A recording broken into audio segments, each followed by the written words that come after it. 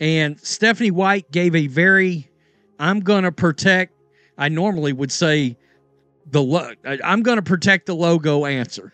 It sounds like she's more concerned with siding with the old WNBA guard than she is making sure that her team is protected. You know, I mean, she's got whether they like it or not, she really and truly has the most dynamic female basketball phenom we've ever seen. Kelsey Mitchell is equal to Sabrina Ionescu.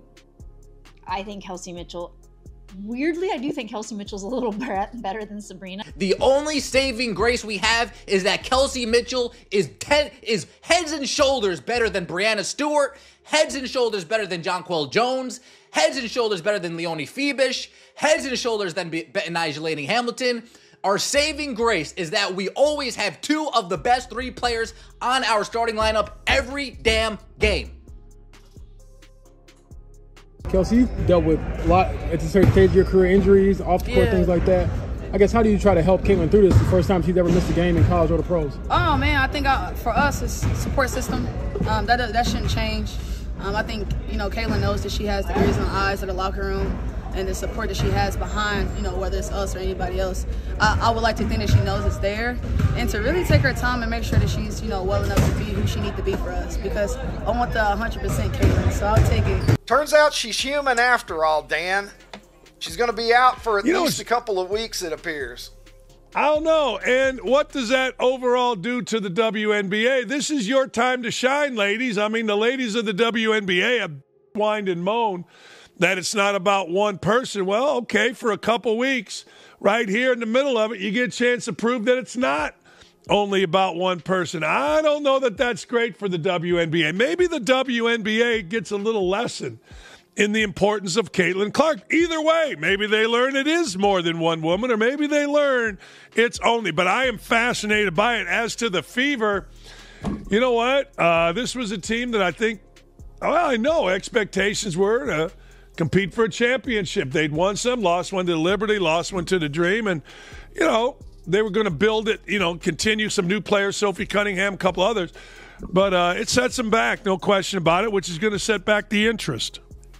Yeah, you know what's interesting about Caitlin Clark? Remember last year, she played in the Final Four. Right after that, she went immediately to the WNBA. Draft came, season started, and, you know, didn't miss a beat. And all of a sudden, she got a little rest and comes back, gets a little banged up. I heard you talking about it earlier, and it's going to be fascinating to me, Ricky. I've been to Fever games, and the one thing you notice, and this is more so than even when Peyton Manning was the quarterback of the Colts, the jerseys, the number 22, the various styles, whether it's a T-shirt with 22, whether it's an Iowa jersey, whether it's a Fever jersey, a throwback, I mean, whatever.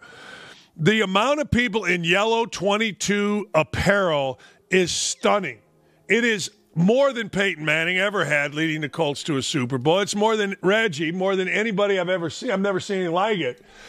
But now she's not going to play. So I'm curious, you know, are we going to have sellout crowds? Are the Pacers going to draw the attention nationally when they play the Sky or the Liberty or the Sun or whoever? Well, the first game that she's going to miss is at the Washington Mystics. And, Dan, I think it was the Mystics owner who said, why can't everybody be on the cover of Time magazine? Why can't we just share this award, everybody in the league? So she's going to get some of that participation trophy spirit when the Fever come into town, and we'll see how many people rush out to see the Washington Mystics play them without Caitlin Clark. This is somebody with some cachet. This is somebody with some credentials. This is the number amount attached to Caitlin Clark. So if you see this number amount and you think that her being out 2, 3, 4, 5, 6 weeks isn't going to be a massive financial hit, isn't going to be a massive gut shot to the WNBA, we need to wake up and smell the roses. Kathy, you need to wake up and take a look at what's transpiring. Shanae, president of the Players Association, you need to wake up and be like, uh-oh, all those $1 million contracts that I was going to use Caitlin Clark and the Indiana Fever's numbers to get the dollar amounts that I want. Nope. The owners, they're going to be looking at this and they're going to be saying, oh, walking right into the collective bargaining negotiations, rubbing their hands like Birdman because they know they have the high ground. Shout out to Obi-Wan. Steph, do you know when Caitlin's injury happened? I don't know when it happened. I know afterwards, we got a message that she had something going on with her leg, and that they were getting an MRI, and then we got the injury yesterday, right? And we, Sophie had injury early as well. I think it's the advantage of us, the depth that we added in the offseason, that we're equipped. Certainly we'd rather have it early than late. It's a great opportunity for our team to find an identity. It's a great opportunity for our team to play in a different way. And I also think it's a great opportunity for Caitlin to watch the game from the sideline and to grow in almost like a coaching kind of mindset and see some different things that we might be talking about on film, addressing in practice to see it develop in life. Being physical is one thing, and I don't know why this is a surprise to any of us. The league is literally running an ad right now about physical play in the league, which is at times look, I like physical play. I do. I grew up, again, 80s, 90s NBA. It was very physical. I'm somebody that believes a hand checking should come back. I think it's what's wrong with the NBA right now. One of the biggest things. Everybody's just willy-nilly getting to throw up threes. I hate it. But it's the mugging of players. It's the fact that the referees won't do their jobs. It didn't take long for the cracks to start showing. The moment Caitlin Clark sat out, the temperature in the locker room shifted. Whispers turned into tension. And by the end of the night, fans weren't just questioning the team's performance. They were asking whether one of Clark's own teammates had been quietly hoping for this all along. What started as a loss to the Washington Mystics quickly morphed into something else entirely. A wave of frustration, betrayal, and confusion that has now led many to ask the question, did Kelsey Mitchell have something to do with Caitlin Clark's injury? And if so, what the hell is going on in Indiana? The Indiana Fever just played their first game without Caitlin Clark, and you could feel it. Something was missing. The court looked slower, the energy flatter, and whatever rhythm they'd found in the preseason seemed to vanish completely. But it wasn't just the loss that stung. It was how they lost. The same Washington team Indiana had crushed in the preseason just flipped the script. And the Fever... Kelsey Mitchell has regressed this year. She's doing that overtly determined ISO crap. There's no doubt about it. I'll say it. Fire Stephanie White.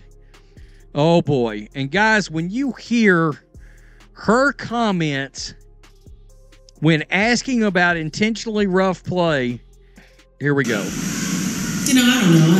I don't feel like there's any more intentionally rough play than there is in any basketball game, men's or women's, really. Obviously,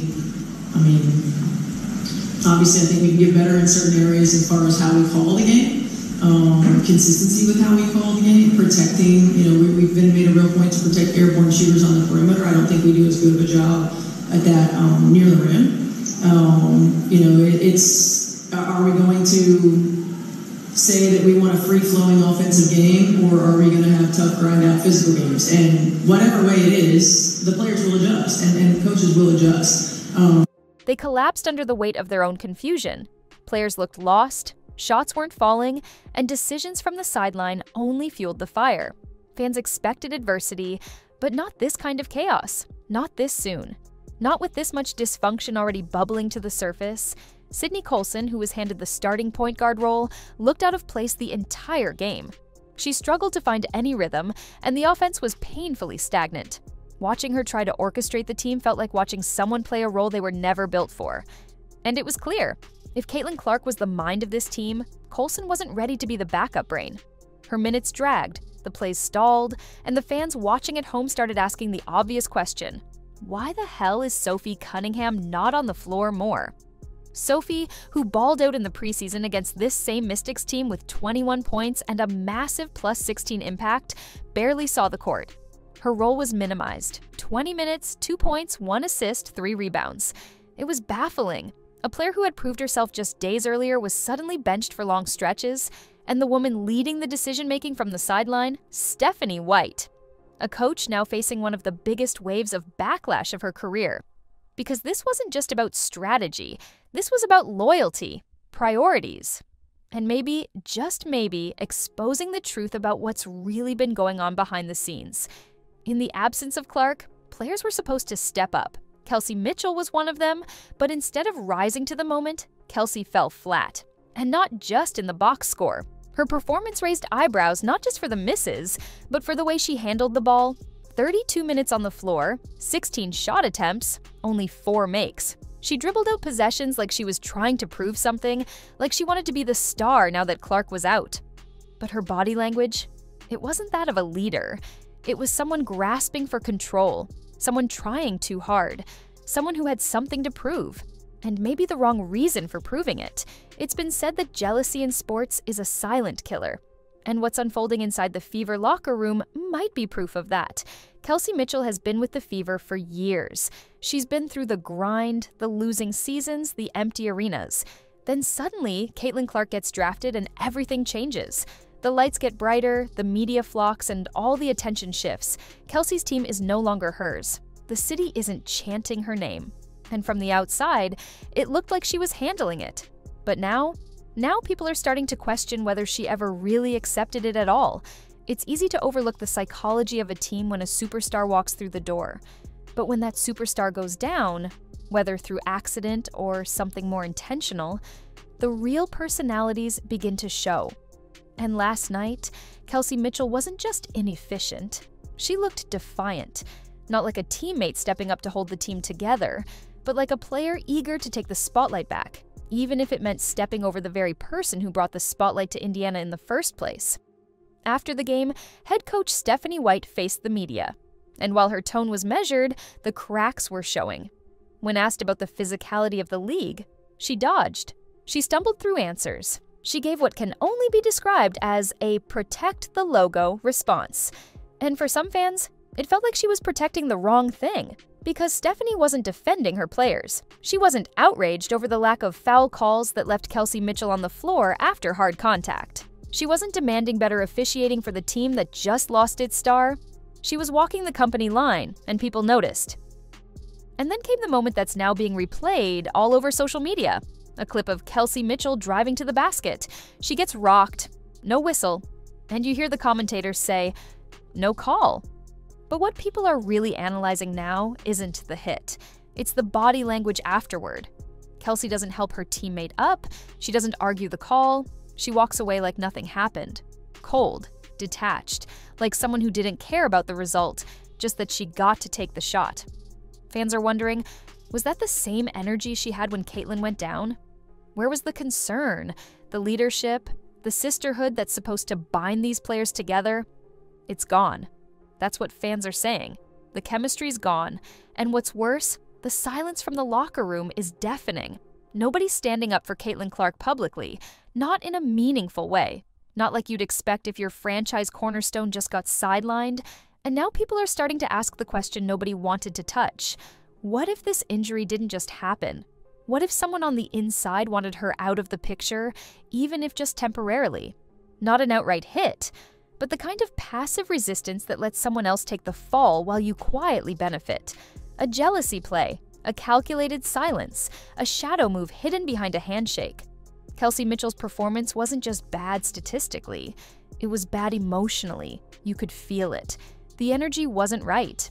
And when you look back at the way this team played with Clark and how they played without her, it's night and day. She wasn't just the engine, she was the glue. And with her gone, every fault line in this organization is starting to crack wide open. From coaching decisions to minutes management to rotations that make no sense, everything now feels suspicious.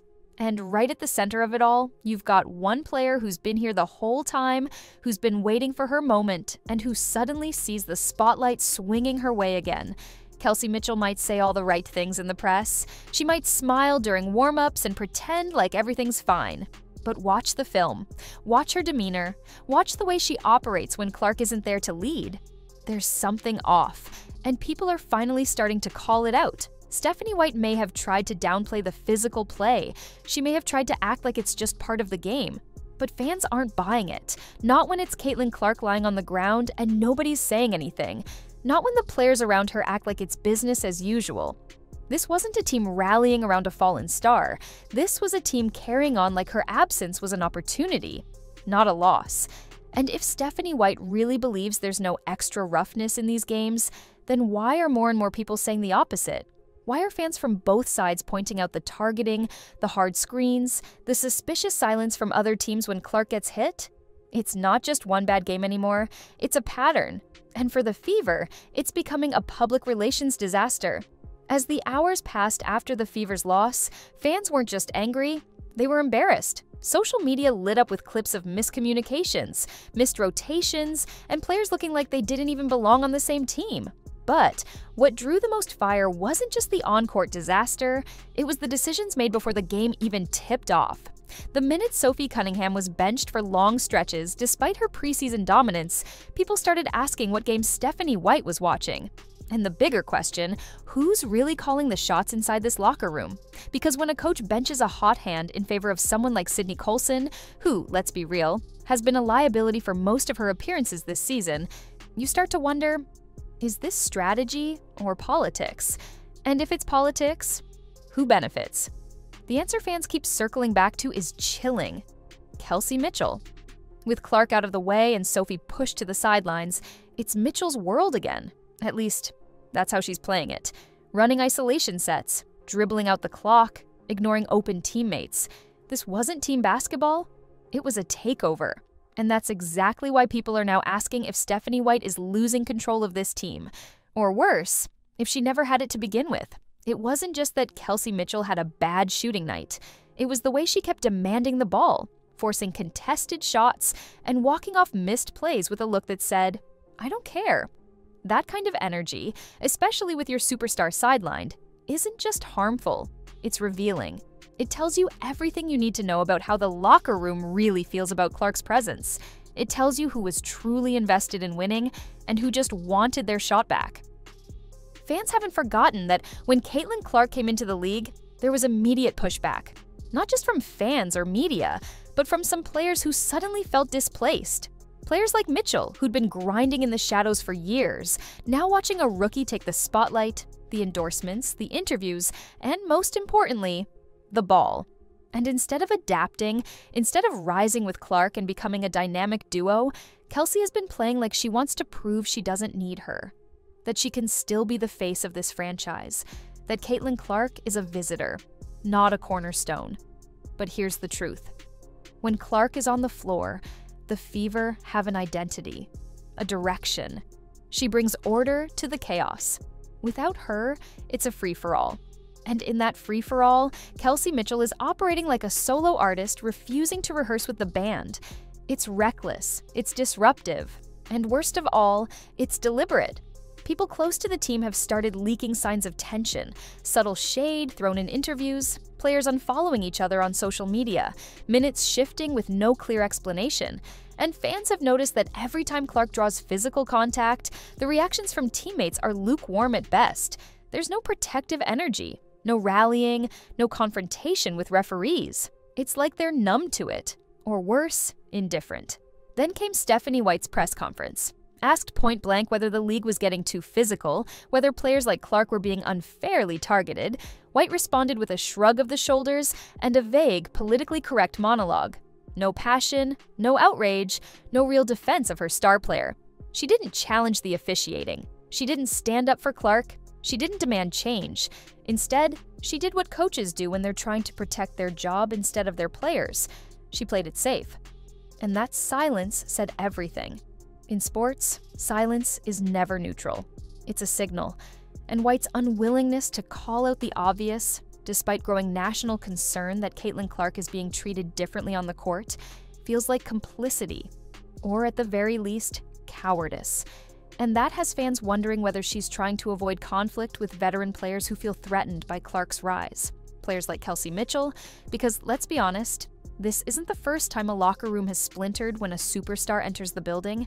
It happened with Shaq and Kobe, it happened with Russ and KD, and it's happening now in Indiana, only this time it's even messier because the league itself is at stake. The WNBA knows that Clark brings eyes, revenue, and relevance they haven't seen in years. But inside her own team, that relevance is being treated like a threat. You can feel it. every missed pass, every time Kelsey forces a shot instead of swinging the ball, every rotation where Caitlyn's allies get benched while her skeptics thrive. This isn't random. This is a war for control of the locker room, and Mitchell's trying to win it one dribble at a time.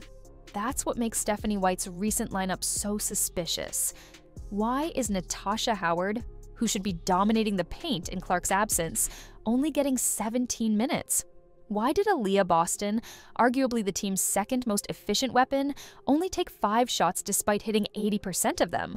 Why is Sophie Cunningham, the one player who showed fire and fight in the preseason, being iced out of the game plan completely? All signs point back to Mitchell. When she's on the floor, the game slows. The passes disappear, the offense collapses into predictable isolation. And the coach does nothing. That's not coaching, that's surrender. The deeper you look, the more it feels like Clark's injury didn't just happen at the worst time. It happened at the exact time certain players needed space to reassert themselves. Whether the injury was truly incidental or not is beside the point now, because what's happening in the aftermath is what really matters. Kelsey Mitchell is acting like this is her redemption arc, and Stephanie White is either blind to it or complicit in letting it unfold.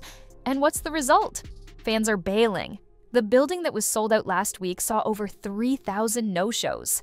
That's not normal. That's not weather. That's not traffic. That's fans sending a message. Without Caitlyn, they're not coming. And with performances like this, they're not wrong. But the scariest part isn't the fans leaving. It's what happens when Clark returns to a locker room that clearly didn't have her back. The damage may already be done. Trust may be shattered. And if the front office doesn't intervene, the Fever could lose more than games. They could lose the player that was supposed to save the franchise. Now, fans are demanding answers, demanding change, and demanding that Stephanie White finally make a choice, protect her players, or protect her position. Because if she keeps pretending nothing's wrong, this team is headed for collapse. The calls for accountability have reached a boiling point. The fans aren't just upset, they're furious. And it's not just about one bad game. It's about the growing belief that something toxic is brewing inside the Fever's locker room. Every replay, every stat line, every quote from post-game pressers is now being picked apart. And all signs keep pointing back to one conclusion. There's a divide in the team, and Caitlyn Clark might have just been the first casualty of it. Stephanie White was once seen as a strong leader, a former WNBA player herself, someone who understood the grind. But now, she's being seen as indecisive, weak, the kind of coach who caves to pressure from veterans instead of setting a clear tone.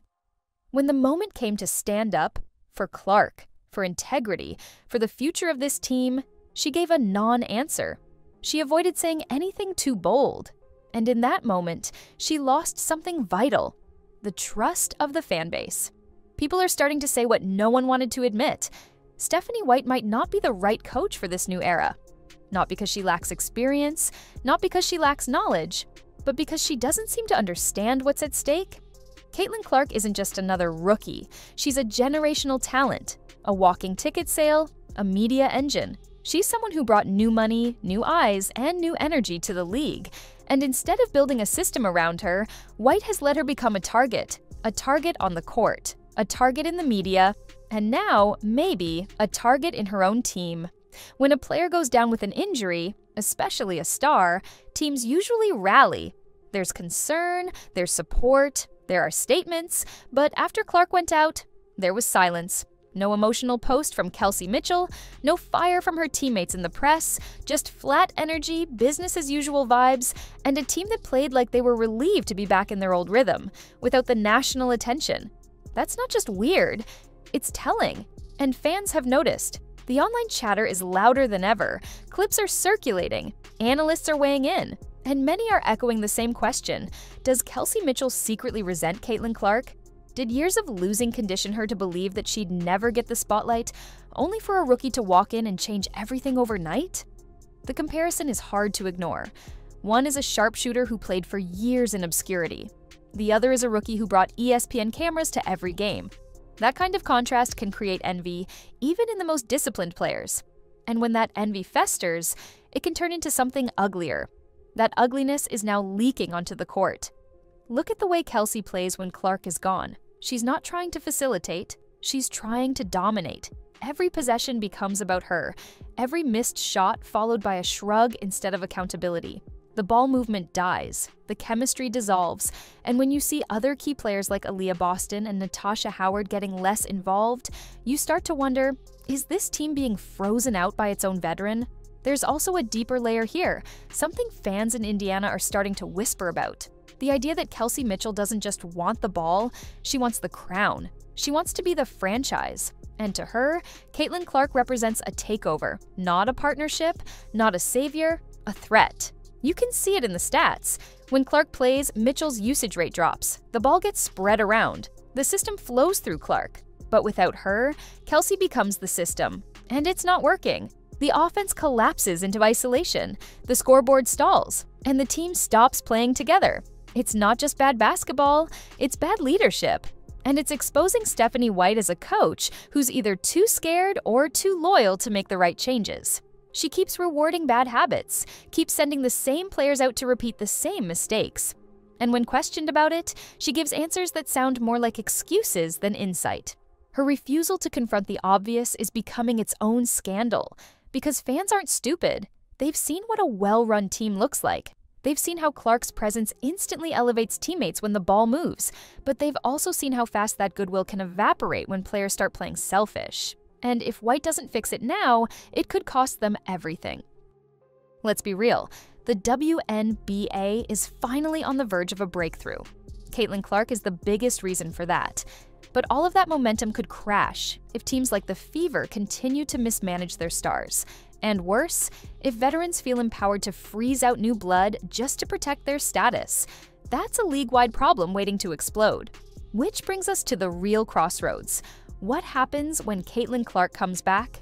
Because it's no longer just about healing physically. It's about re-entering a team that didn't go to war for her, a team that let the shots pile up, that watched the bruises form, that stayed silent. If she walks into that locker room and doesn't feel backed, you might see the start of a fracture that can't be repaired. That's when the front office has to make a decision. Do you build around a player who's taking this team and the league to new heights? Or do you cling to the past, hoping veteran loyalty can outlast public scrutiny? The writing's on the wall. Kelsey Mitchell can't keep playing like this and expect fans to believe she's team first. Stephanie White can't keep dodging accountability and expect to keep the locker room. And the Fever can't expect fans to stay loyal if they keep ignoring the obvious. Caitlin Clark deserves better. She brought more to this franchise in a few weeks than some players did in seasons. And the only reason we're even having this conversation is because her absence revealed what's been bubbling beneath the surface all along. A jealous teammate, a passive coach, a fractured identity. If the Fever don't fix this, they're not just going to lose games. They're going to lose faith. They're going to lose ticket buyers. They're going to lose Caitlin Clark. And if that happens, you can forget about growth. You can forget about momentum. You can forget about the future, because once the trust is gone, so is everything else. Let us know what you think. Is this just a rough patch for Kelsey Mitchell, or is there something deeper at play? And should Stephanie White be held responsible for what's happening behind closed doors? Your move, Indiana. The clock's ticking.